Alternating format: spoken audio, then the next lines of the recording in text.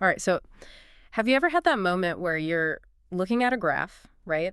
And it's supposed to be telling you about some kind of movement, maybe like a car speeding up or a ball bouncing, but it just feels, I don't know, kind of abstract. Yeah, for sure. Like you can see the lines and the curves and all that, but actually connecting that visual to the actual experience of motion, to what it's representing, well, it can be surprisingly tricky. It really can.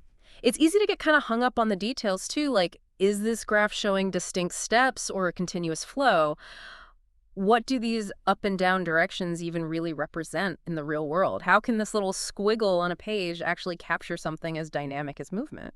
Well, what's interesting is graphs are incredibly efficient ways of conveying information, but they do rely on a level of abstract thinking. And that initial jump, right, from a concrete event to a symbolic representation, that can be a real hurdle for a lot of people. Totally. And that's where this really cool idea of embodied learning environments comes in. So imagine if you were learning about these motion graphs, right? But you're actually moving yourself and you're seeing your movement instantly drawing a line on a screen.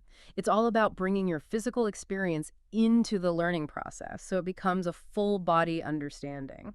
Oh, that makes a lot of sense, Yeah. especially when you think about how we naturally learn in the first place. Like our earliest understanding of the world is through our senses, right, and through our actions in the world. Embodied learning really taps into that fundamental connection between our bodies and our brains. It seems so obvious when you put it like that. It does, doesn't it?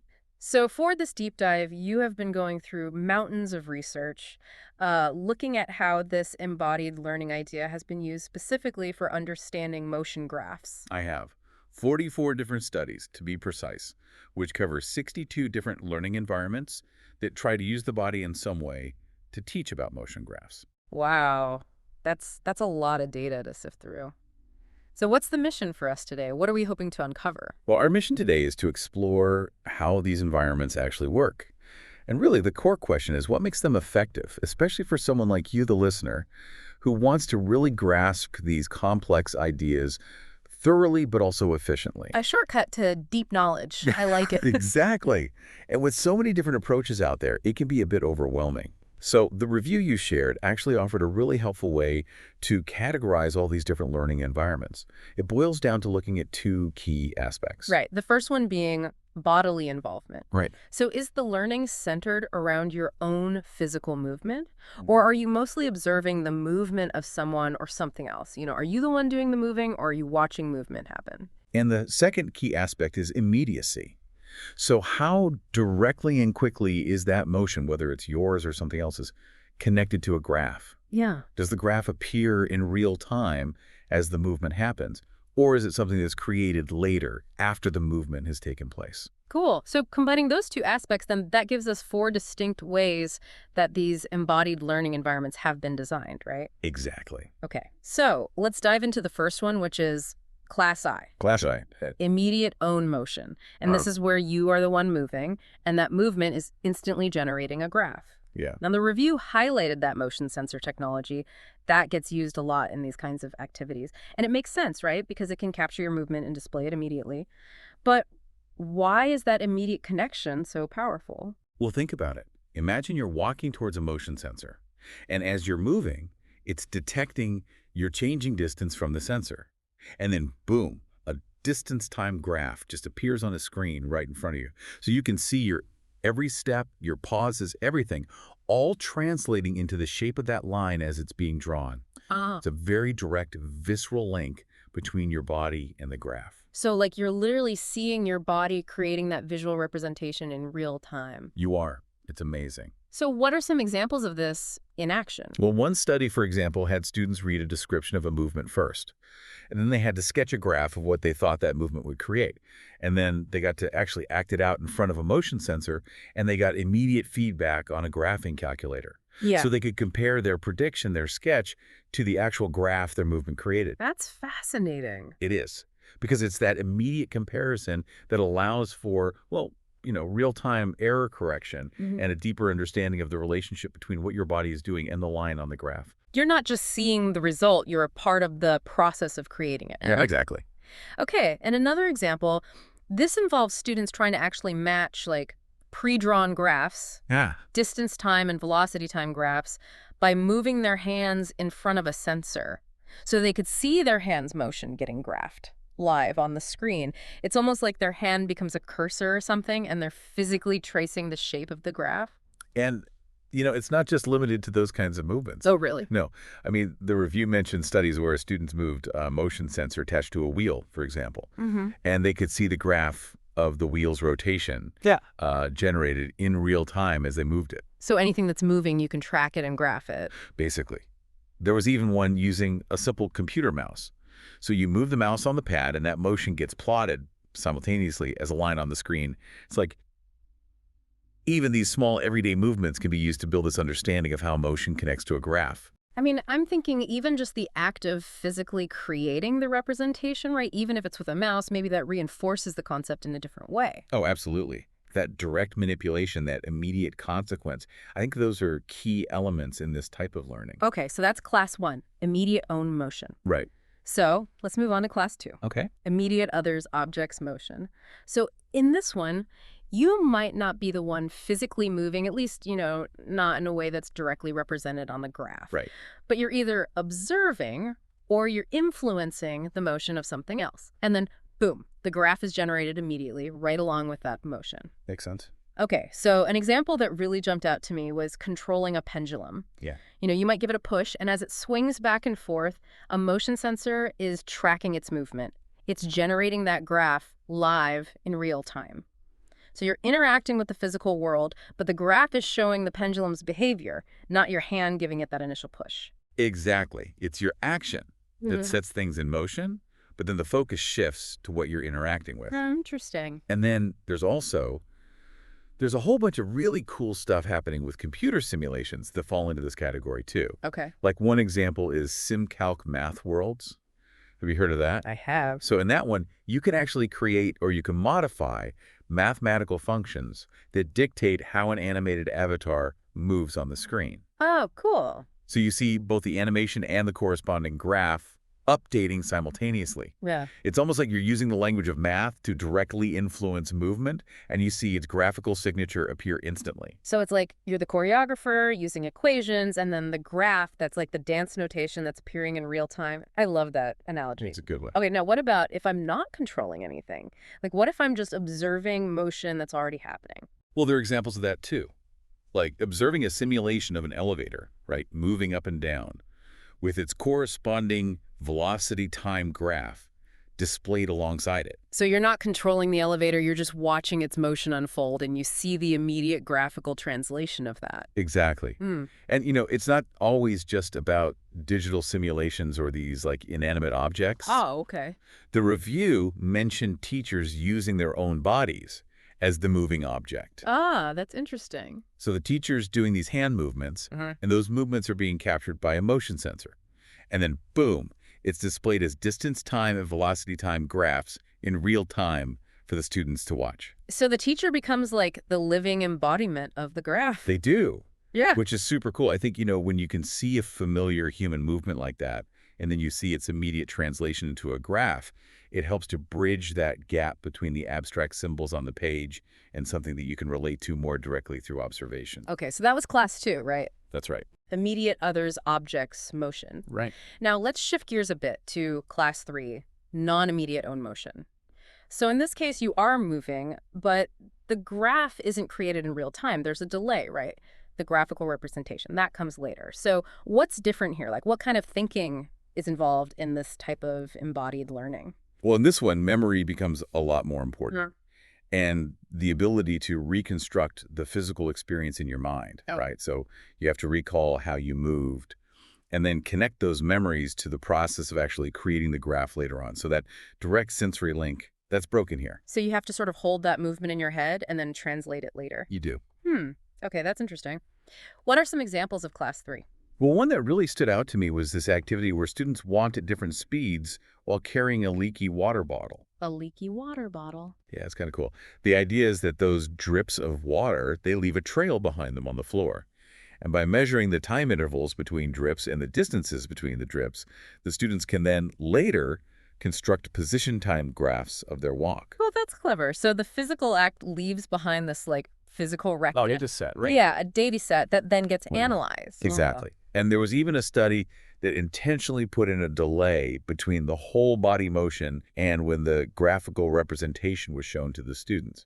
Interesting. And it was specifically to study how that time lag affected their ability to make those connections in their memory. Right. Okay. So it highlights like how important that immediacy can be for learning sometimes. It does, Mm. because when you remove that immediate feedback loop, then, well, the learning process has to rely more on your ability to remember information and then map that information onto the conventions of graph construction. It adds there's a whole other layer of cognitive challenge to the process. That makes sense.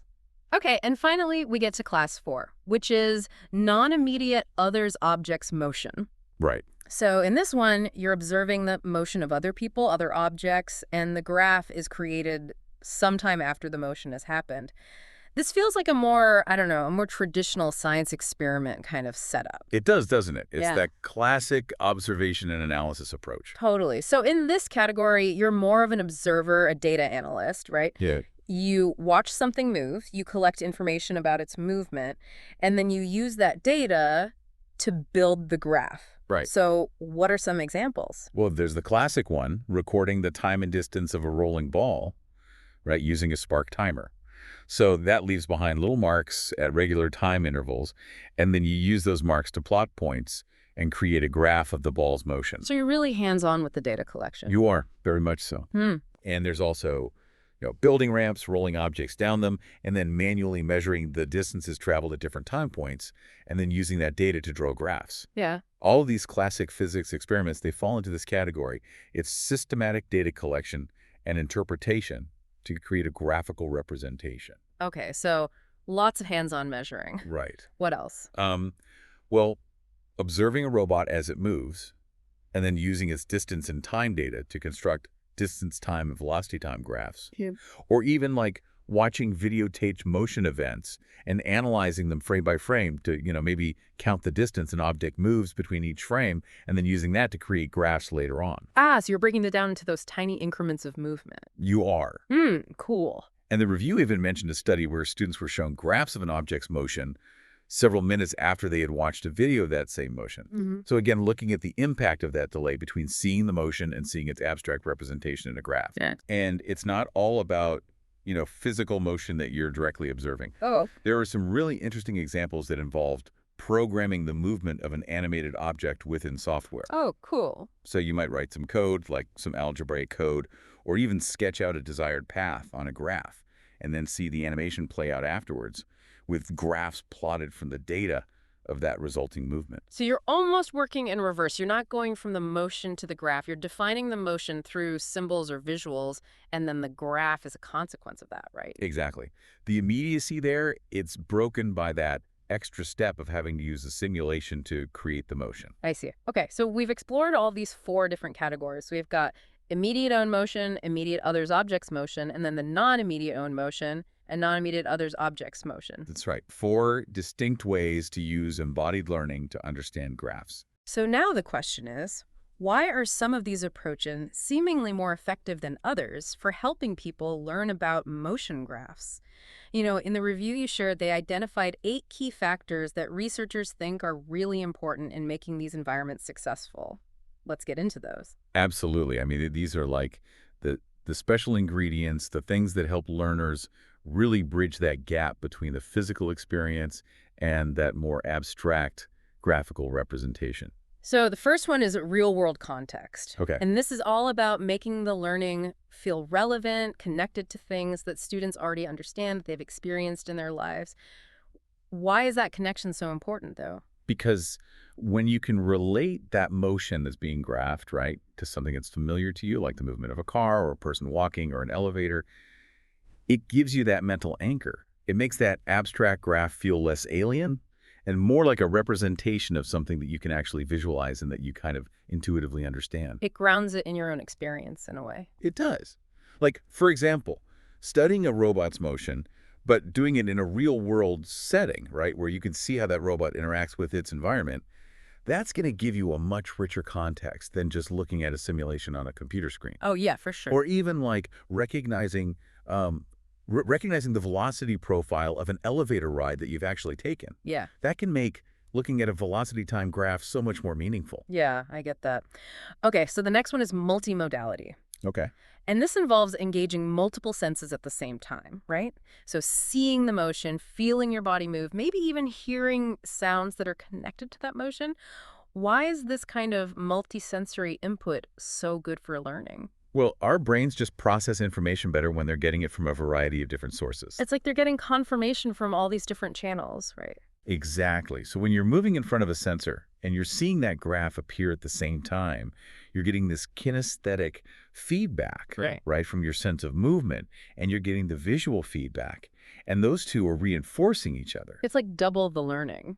It is, and it activates all these different neural pathways, which can lead to a much deeper, much stronger understanding. That makes sense. And, even something as simple as touching and tracing a graph on a computer screen, Hmm. right, as you're thinking about that corresponding motion, that can enhance the learning process through, that tactile input as well. Oh, interesting. Okay, so the next factor is linking motion to graph. All right.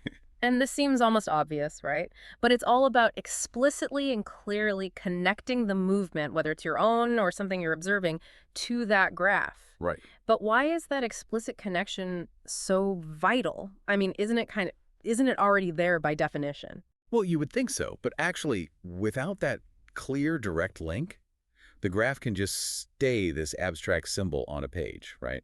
It can feel detached from the actual event that it represents. So the immediate feedback from a motion sensor, that's a great example of how to create that strong link. Hmm. You move, and the graph changes right then and there. There's no question about the connection. So there's no room for misinterpretation in a way. And the review even suggests that that immediate coupling can improve memory, your ability to remember the relationship between the motion and the graph later on. Oh, that's interesting. Like, think about those examples we talked about where there was a delay between the movement and the feedback. Mm. The stronger that initial link, the better that memory is probably going to be. Right, that makes sense. Okay, and another key factor is multiple representations. Right, So this is showing the same motion, but in different ways, right. not just one graph. Not just one. Maybe you have a position time graph, a velocity time graph, even an acceleration time graph for the same movement. Or maybe you're showing the graph along with a table of numbers, or that mathematical equation that describes the motion. Why is it helpful to see the same thing in so many different ways? Well, each representation, each way of showing it, it highlights different aspects of that motion, right? Mm-hmm. And it also caters to different learning styles. Yeah. So some people might grasp it better by looking at that curve on a graph, while others might need that table of numbers, that concrete data, to really make sense of it. Ah, I see. And by seeing the same thing represented in all these different ways as that curve on a graph, a set of numbers in a table, that symbolic equation, well, you start to build this more complete, more holistic understanding of it. And even just acting out the motion physically, that can be considered another powerful form of representation. So now you're bringing in that kinesthetic understanding as well to complement the visual and the symbolic ones. Yeah, it's like each way of seeing it adds another layer to your understanding. Exactly. Okay, so the next one is semiotics. And this one involves using symbols, signs, gestures, language, Even metaphors, analogies. all of that to build meaning around the graph, right? Right. So it's like creating that shared understanding, creating a vocabulary for interpreting these visual representations. Exactly. Like using gestures, right, to emphasize how steep a line on a graph is Hmm. and connecting that to how fast the movement is in reality. Ah, so you're like physically acting it out with your hands? Right. Or even just using metaphors, simple things like the ball is climbing the slope of the graph Yeah. to describe, a position that's increasing. It makes those abstract concepts feel much more intuitive, much easier to grasp. Cool. Even the very idea, right, that a static line on a graph can actually represent fictive motion. Oh, okay. So that implied movement over time, even though nothing's actually moving on the page, Right, right. that relies on this kind of shared understanding, this shared interpretation. Hmm. Okay, that's a good one. So what about student control? How does that play into effective learning? Oh, well, student control, that's all about giving the learner that ability to actually manipulate either the motion itself or its graphical representation. So they're not just passively observing. No, they're active participants. They're actually in the driver's seat. So why is that important? Well, because when you have control, you can explore. Right. You can tinker. You can really start to understand those relationships between motion and graphs in a much deeper way. I see. So like directly manipulating a graph, maybe you're dragging points around, changing its shape, and then seeing how that affects a simulated motion. That allows for a lot of experimentation. It allows you to test out your hypotheses. You get that instant feedback about what happens when you tweak things. And similarly, if you're able to control the actual physical motion that's getting graphed, well, now you have this direct influence over the data itself, right, over the creation of that visual representation. Ah, so it becomes a more active form of learning. It does. And that active engagement, it can lead to much deeper understanding and much better retention of the knowledge. Okay, cool. So then we've got attention capturing. What is that all about? Well, attention capturing, that's referring to those aspects of the learning environment that are designed to draw your attention, your focus, to the most important details. So it's like they're highlighting the key takeaways for you. They are. So how does that actually work? What are some ways to do that? What could be visual cues, Mm-hmm. like maybe highlighting specific parts of the graph that correspond to certain moments in the motion. Oh, I see. So, for example, maybe you're watching a video of the motion. Yeah. And right next to it, you have the graph, and there are these visual links that connect specific points on the graph to moments in the video. So you can see very clearly how those two things relate to each other. So there's no ambiguity about what's connected to what. Right. Or, even something as simple as like changing the color of the line on the graph or making it thicker at those key points in the motion. That can really draw your eye to those moments. Oh, that's a good one. Or, like in the leaky water bottle example we talked about before, that pattern of drops itself captures attention and helps to represent the changing speed of the walker. Right.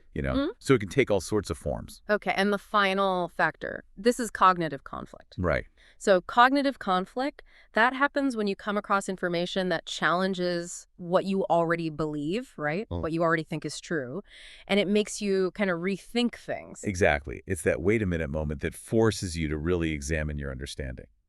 So how can these embodied learning environments create that kind of productive conflict? Well, think about this. Mm-hmm. Imagine you're moving in front of a motion sensor, and you're trying to create a flat line on a distance-time graph by standing perfectly still. Okay.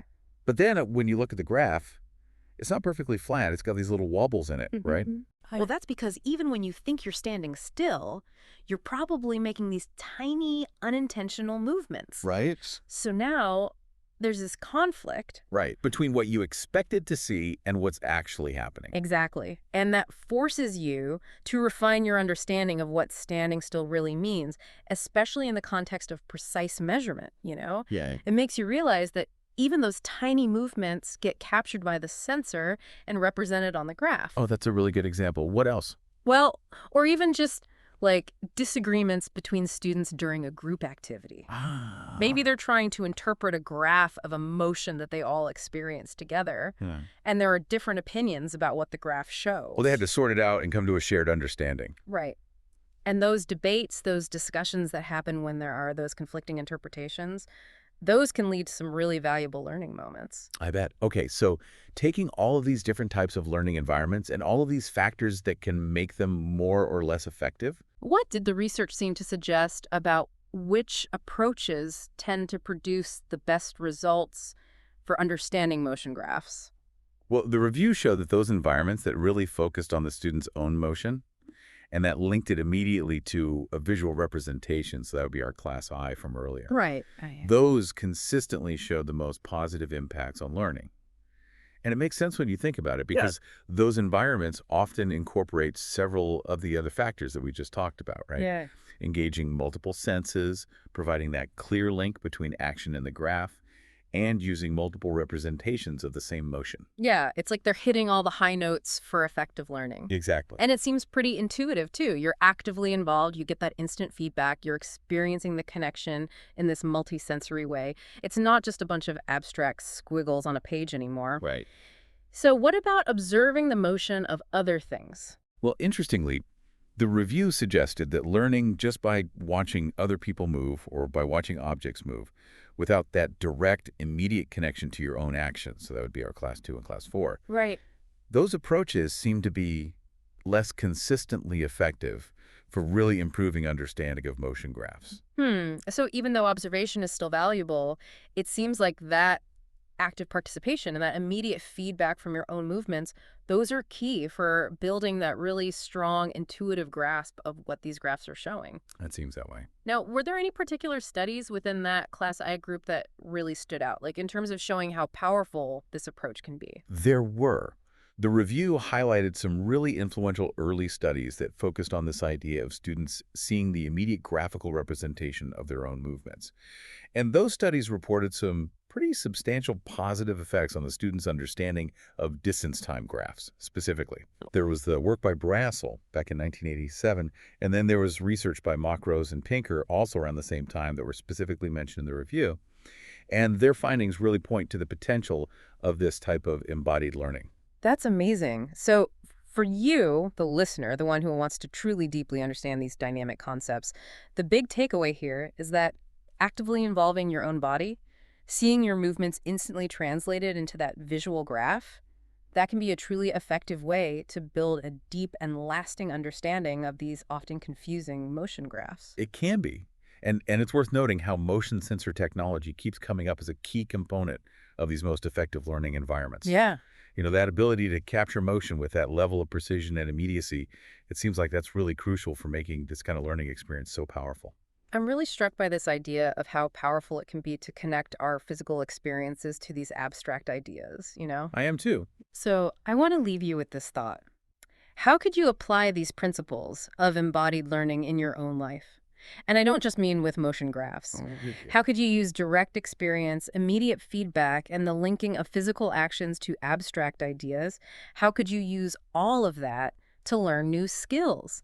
Or even to explain complex topics to other people, but in a way that's more intuitive, more grounded in their own experience?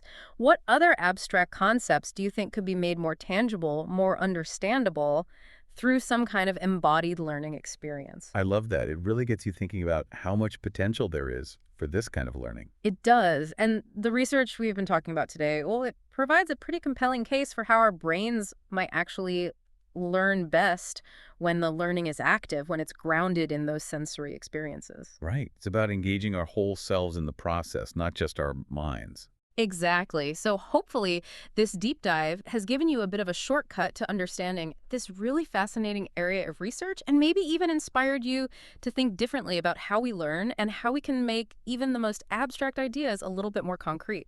Thanks for joining us. Thanks for having me.